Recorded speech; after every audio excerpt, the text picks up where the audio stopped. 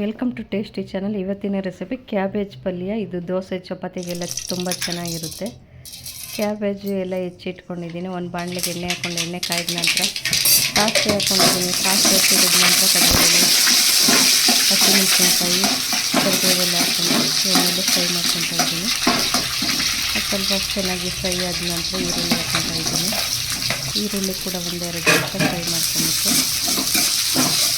ಈರುಳ್ಳಿ ಫ್ರೈ ಆದ ನಂತರ ಈ ಸಣ್ಣದಾಗಿ ಏನು ಎತ್ತಿಟ್ಕೊಂಡಿದ್ದೀನಿ ಕ್ಯಾಬೇಜನ್ನ ಅದನ್ನು ಹಾಕ್ಕೊತಾ ಇದ್ದೀನಿ. ಹಾಕೊಂಡೆಲ್ಲನೂ ಚೆನ್ನಾಗಿ ಮಿಕ್ಸ್ ಮಾಡಬೇಕು.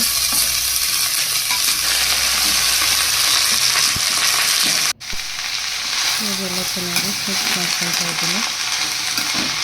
ಎಲ್ಲ ಚೆನ್ನಾಗಿ ಮಿಕ್ಸ್ ಮಾಡ್ಕೊಂಡು ಒಂದು ಲೀಟ್ಲಿ ಕ್ಲೋಸ್ ಮಾಡಿಬಿಟ್ಟು ಒಂದು 5 ನಿಮಿಷಗಳ ಕಾಲ ಚೆನ್ನಾಗಿ ಹಂಗೆ ಎಣ್ಣೆಲೇ ಬೇಯಿಸ್ಕೊಬೇಕು. ನಂತರ ರುಚಿಗೆ ತಕ್ಕಷ್ಟು ಉಪ್ಪು ಹಾಕ್ಕೊತಾ ಇದ್ದೀನಿ. ಉಪ್ಪು ಹಾಕ್ಕೊಂಡು ಒಂದು 5 ನಿಮಿಷ ಚೆನ್ನಾಗಿ ಬಿಟ್ಟರೆ ಚೆನ್ನಾಗಿ ಬೆಂದಿರುತ್ತೆ.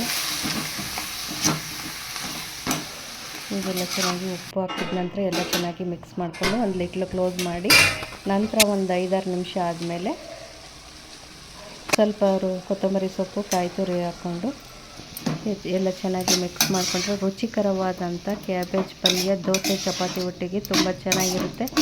ಹಾಗೆ ಲೈಕ್ ಮಾಡಿ, ಶೇರ್ ಮಾಡಿ, ನನ್ನ ಚಾನಲ್ಗೆ ಸಬ್ಸ್ಕ್ರೈಬ್ ಆಗಿ. ಮತ್ತೆ ಹೊಸ ವಿಡಿಯೋದೊಂದಿಗೆ ಬರ್ತೀನಿ. ಅಲ್ಲಿವರೆಗೂ ಟೇಕ್ ಕೇರ್, ಬಾಯ್.